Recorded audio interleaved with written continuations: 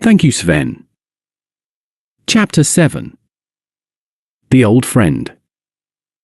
The show was wonderful. The girls looked even prettier than back in London and seemed to be wearing even higher heels.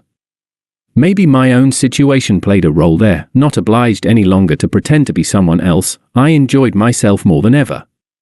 The only question still bugging me, though, was, will Bretta appear in her now famous 8-inch high heels, or will she not? And she didn't disappoint. At the end of the presentation, my beautiful lady is my? Yes, my.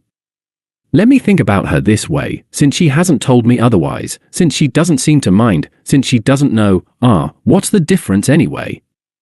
Well, my beautiful lady stepped on the podium closer to the end of the presentation. Attractive as never before. Her hair was not even golden under the bright floodlight, but platinum, and the color was mystically highlighted by the freely flowing space blue dress, revealing the soft velvet of her exquisite neck and shoulders. Its extra long plume pearled to the floor and, following her every step, made cosmic waves, throwing sparks of light all over the hall. Because of that plume, I couldn't see her feet, but she looked taller than ever, as though this was even possible. From where I sat, it looked like an average person, man or woman, could hide underneath that lavish skirt, so I thought that my expectations were finally and fully met. My conjecture proved correct when the catwalk ended with a little firework display, and all models returned to the podium, accompanied by the longer-than-usual applause, as well as sporadic bravos. All of them, Grace, Maria, Stella, and Rosa, were wearing high heels, but even with them on, they weren't tall enough to reach Bretta's breasts with their heads. Only Lisa stood proudly next to her towering friend, with her innocent face at the level of Bretta's cleavage. I knew they would be busy for another 20 minutes or so, receiving flowers, shaking hands with sponsors and supporters, kissing designers and each other, changing clothes, and so on, so I decided to arrange myself a drink and kill time. A bar was erected right there, in the lounge, so I wouldn't miss the girls one way or another. What a small world ours is. As I came to the bar, I spotted Jeff standing there, my classmate from uni, who used to live in the street next to mine when we were students. Back then, we would colloquially call him Longy, partly because of his surname, Jeff Long, and partly because of his height of 6 feet and 5 inches.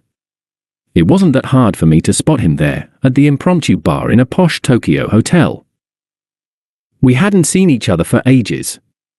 I knew he worked somewhere in the IT sphere, and the rumor went that, with the end of the high-tech boom, he moved somewhere in Asia to make a new start. And here he was, alive and in the flesh. It was great to meet him by chance after all those years.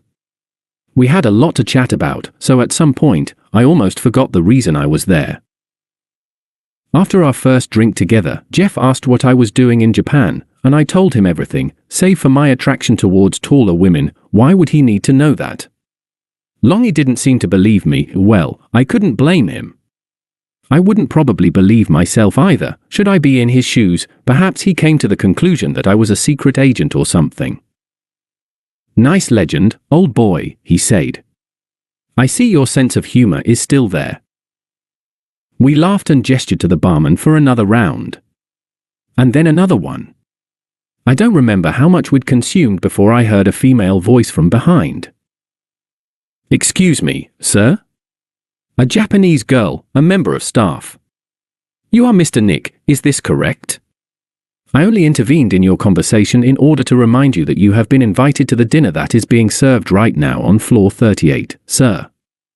Thank you.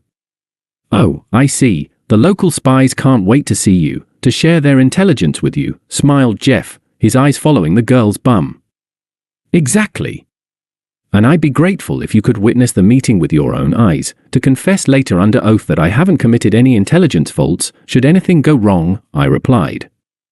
Do you have an hour to spare? The next chapter is 8. The Might Have Been Dance.